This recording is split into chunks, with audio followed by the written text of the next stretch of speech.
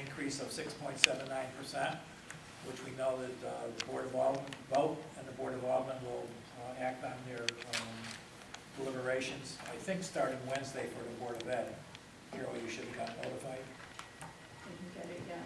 Well, that's Did you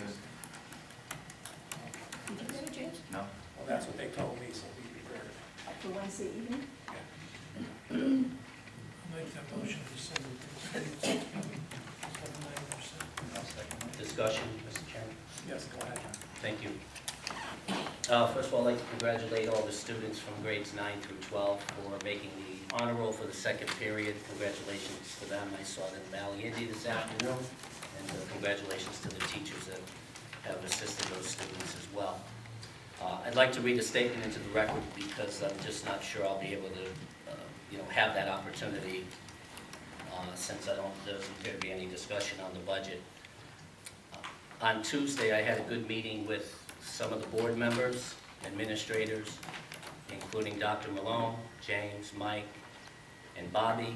And since I am the minority on the board, I was able to share some of my thoughts on the budget and of its process, which I believe could be more transparent and open to review by others. At this meeting, I was able to better understand what their needs are as well, their requirements, and what some of their methodologies are for some of the increases being requested. Hopefully, the main thing we did agree on at this meeting is that it's okay to disagree.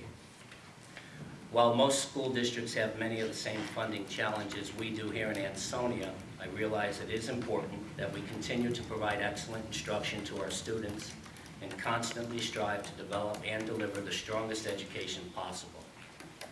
Given the available dollars, the budget as proposed is still much too high for me to support this evening. With just over an additional $1 million for certified and non-certified salaries and another $681,000 in employee benefits, I just personally feel it's too much taxpayer money to fulfill such an obligation. It's really the same scenario year after year. We have an additional $681,000 in employee benefits. That again, I feel is just, it's taxpayer money going to fulfill union contract obligations. I hope we as the board can discuss ways to change that, effective with the next set of contract negotiations. The city can just not continue to sustain such annual increases. There has to be more shared sacrifice by all unions, in my opinion. I have made recommendations to achieve cost reductions in this budget that I believe are prudent measures that would realize appreciable savings. But I certainly understand, and I do in fact appreciate, that some of my colleagues on this board and the front office do not agree with. For example, one of my recommendations is if the unions would collaboratively agree to sign on to the city's new HSA insurance plan. The city is projecting an estimated savings impact on the Board of Ed budget of between $400,000 and $500,000. I have recommended, and the city has suggested, that we fold the $1.2 million in public utilities to the city side of the budget to allow for additional bulk buying. Also, renegotiating bus contracts. Fuel costs and enrollment is down. I would have thought I'd see a flat rate or a decrease in transportation costs, not an additional $193,000 in this line item.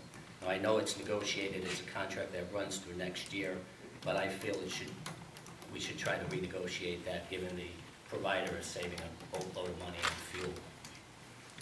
Other contracted services, where available, should be renegotiated. More discussions on regionalization with our sister towns should be considered more seriously, and working with less headcount, which would, in my opinion, realize real savings for our taxpayers. If the unions would support some of these measures, or at a minimum, support the HSA, I could see myself supporting a higher increase to the Board of Ed budget. I have reviewed all Board of Ed union contracts, and it is my belief personally that they are rich in benefits and perks, not typically offered to most of us in the private or even corporate industry, and it is a significant negative impact on the budget. But if further cost reductions do become necessary, we have to be creative and find ways to work within a smaller footprint. just as we do in the private sector. Finally, if in fact layoffs do become necessary, and believe me, I hate to use this word, I would recommend 2 administrative positions be considered for elimination for a savings of at least $250,000, and less teacher layoffs. Teachers have the single most influence on a child's education. Teacher layoffs really break my heart. Additionally, if any new secretarial positions are still being considered, I would say it is a luxury that at the moment this may not be the best budget year to ask for the additional administrative support. Thank you very much. Thank you, John. Just one point of fact, we did meet with the new union leaders for the teachers, and we are opening discussions with the attorneys and their union attorneys on the HSA, and the thrust is our attorneys have already been instructed to talk to every union in the city to see if we can get it done by July. Happy to hear that. That's already being done. This new budget, the changes that we've done, $100,000 has been taken out of the benefit line item. Heat and energy, $25,000, and we do the bulk buying with the city already. Out-of-district increases is -50,000, which is out of our control. The para, $19,402 out of that line item, and we took a dean of student affairs out of the budget, $100,000 to come up with the 679. So we took some of your recommendations, we were listening, and we're doing the best that we can, and now let's send it over to Mo and the Board of Aldermen to deal with it in the best way we possible. Thank you. Special ed is really doing a number on the city of Ansonia. We met with Linda Gentile and Joe Briscoe, and the first words I asked was, can we get some more special ed money? And they said basically that's what everybody wants. And then I watched the governor's thing today, and he's out cutting all the different programs again, and the budget is prepared, it's going to vote, but we don't know exactly what the governor's got up his sleeve. He indicated that ECS money is safe, but we haven't heard on our alliance money yet, correct, James? We're still waiting on that. So we don't really know. We sent a budget the best that we could do to the city, and we will deal with whatever the city has to do. The city has to deal with it, because there are cuts coming in some of the other programs that the city does with the state of Connecticut, and we have to deal with it. So it's not an easy task that we're dealt with today. And we thank you for your comments. Appreciate it. Thank you. I would just have one comment. If we go into our teachers' contract and take away from them, we have a hard time right now competing with other districts. We can't get teachers here. If we have nothing to offer, we will have no teachers here. So to take away from the teachers, and you're really tight. I mean, our hands are more than tied. As it is, what, 27 was it 27 we lost over the summer? We won't have any teachers. Then we'll be in a fight. That's John, with respect to the benefits that you mentioned, you have to compare apples to apples, not apples to oranges.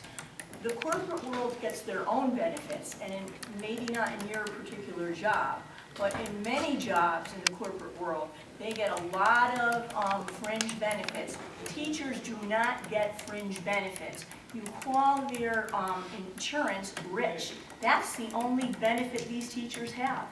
You don't see the amounts of money they take out of their pockets and put into the system. And you know what? I am going to ask the union to ask the teachers to run their tab and submit it to the Board of Ed at the end of the year. And then we're going to have to reimburse them. Because it's about time we start paying them what they need to be paid. Thank you, Carol. Going to an HSA is not taking any of the benefits from the insurance plans away from the teachers. It's just a different method of paying, which reduces the overall cost of the insurance line. And we'll deal with that. It does. We'll deal with that. So we have a motion on the table to approve. Second that? Okay, Carmen, you made the motion. Any other discussion? All in favor? And you know. One opposed. Oh, you got One no. opposed. Okay, thank you, John. Next Wednesday is you and Michael and James. From the Board of Aldermen, No, board Board of portion. Portion of Taxation. You'll be get notified. But I other thought people are invited to attend, They can correct? attend, but they can't talk. Okay. Thank you.